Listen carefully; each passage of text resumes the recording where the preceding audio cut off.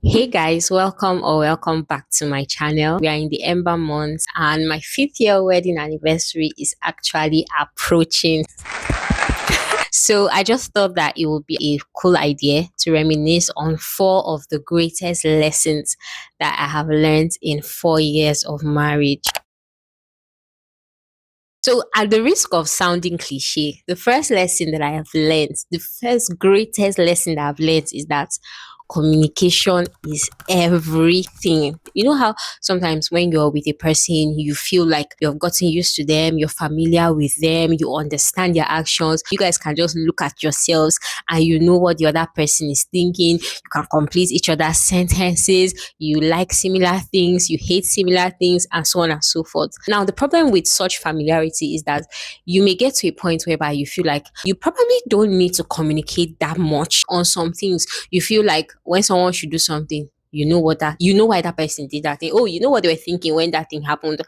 But what I've learned in my little time in marriage is that I don't think there will ever be a time whereby you don't need to communicate, because there are situations that have happened that I'll just be so quick to jump to conclusions. I'll be like, I know why this person did this. I know why they did this. It's because of so and so and so and so. And I'll be upset. And maybe my husband will ask me, like, oh, what's the matter? And then I'll tell him, I know you did this because of this and this. And then he'll be like, what? He'll be like, I'm offended that you will think so low of me. So this has happened a number of times, and it actually got me to realize that, look, never jump to conclusions. Like, don't assume.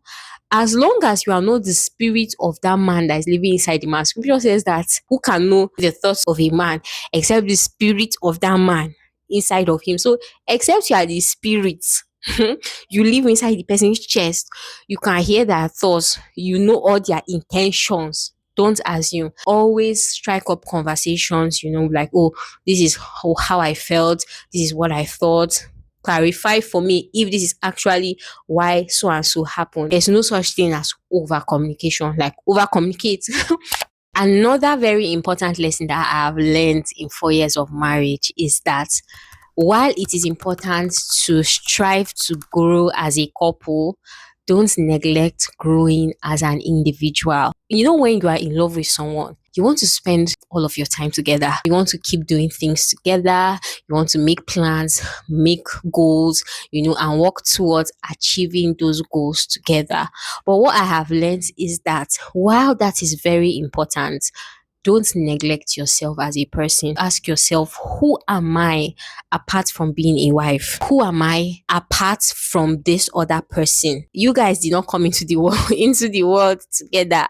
You will most likely not leave the world together. So who are you outside of being a wife? It made me realize that it is the quality of the individuals in that relationship that make you stronger. So if me I'm bringing 100%, this other person is bringing 100%, is actually going to make that unit stronger compared to if we are barely at 50% and then we are struggling, to grow together. It's going to be actually very tough. What do you like to do when you're doing certain things? Don't just do certain things because, oh, you want to be a better wife, or you want to be a better husband, or you want to be a better spouse. That's very important. But also do it because even you as a person, you want to be a better individual. What are your dreams? What are your goals? How are you working towards pursuing those goals? How are you working towards achieving those goals? Are you actually engaging in your hobbies? Do you have things that you enjoy doing by yourself? Another reason why it's important to work on yourself as an individual is so that you don't fall into the temptation of always looking at this other person. Like, why is this person not doing this? Why is this person not doing that? You can get judgmental. For example, you want the other person to be reading ten books a day. Have you finished reading 10 books a day? So it's so easy to be so attached to somebody that you feel like they can represent you. Like, you don't have to show up in certain areas, they can represent you. Is it financially? Is it emotionally? Is it spiritually? Is it psychologically? What Ali? You just feel like they can represent you because you guys are one. Yes, two shall become one, but at the end of the day, you also have to be one. So that when they add you to the other person, you will not be the two that will become one. What am I saying? But I hope you get what I'm trying to say. Another very important lesson that I've learned in 4 years of marriage is that it is actually okay to be vulnerable, and there's power in vulnerability. I've always felt like I've been very vulnerable with my husband from the beginning of our relationship. In fact, I feel like that was one of the things that helped me to know that I wanted to be with this person, because they brought out this vulnerable side of me that many other people had not seen before. But marriage taught me that there are depths to this vulnerability thing. I thought I've been vulnerable, but as in there's depths to vulnerability. It actually hits me that I love this person so much, and it's okay to love them so much, even though loving them so much means that they can have the power to hurt you the most. Now, what am I talking about? For example, let's say there's a misunderstanding. You know how sometimes your pride will not want to allow you to go and maybe meet the person first, because you don't want them to know that you need them. You don't want them to know that, oh, you can't stand being apart from them. So in moments like this, I've learned that, you know what, it's okay to be vulnerable. It's okay to let the other person know that, yes, I love you, I need you, I hate that we're apart. And because of this love I have for you, I'm going to make the first move to mend this relationship. That's just one example out of so many that I can't even begin to remember right now. What this has shown me is that being vulnerable doesn't make you weak. Just because you're vulnerable doesn't mean that you will lose all your senses. Because sometimes I used to think that, oh, maybe when you love someone so much, it means that you can tolerate anything. What if I love this person so much and then they'll just take advantage of my love for them? But do you know what I realized? That you giving yourself that freedom to be very vulnerable with that person actually makes you powerful, in the sense that, yes, you are aware that you love this person so much, but at the same time, I don't know, it doesn't make me any less of a person, and it doesn't mean that I don't know when to stand up for my rights in that relationship. And another great thing is that vulnerability begets vulnerability.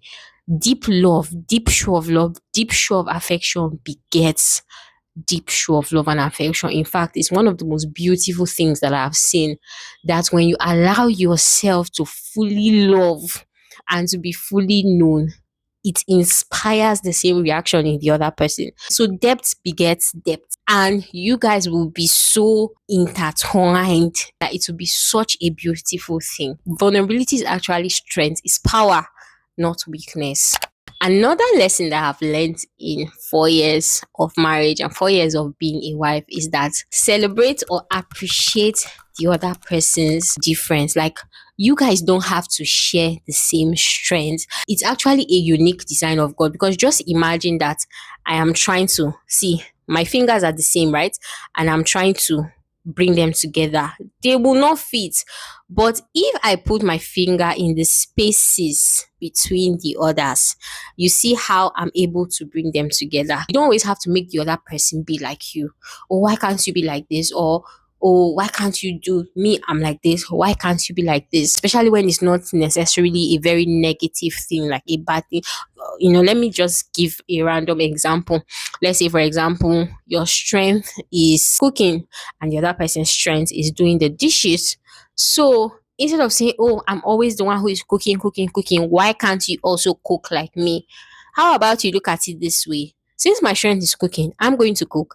Since your strength is doing the dishes, you don't mind doing dishes that's high as Mount Kilimanjaro. Every time I cook, you do the dishes, and you see how you guys will complement each other. So these are just some of the most powerful lessons that I've learned in 4 years of marriage. If you're married, whether 1 month, 2 weeks, one day, like, what lesson have you learned that you looked at and you're like, wow, like, this is deep. Like, I can see how learning this has greatly or positively impacted my marriage. I would really love for you to share it in the comment section so that we can learn from each other. If you enjoyed watching this video, please like it. And if you enjoy content like this, be sure to subscribe so that you can get notifications from me on my future posts. Thank you so much for watching, and I'll see you in the next video. Bye.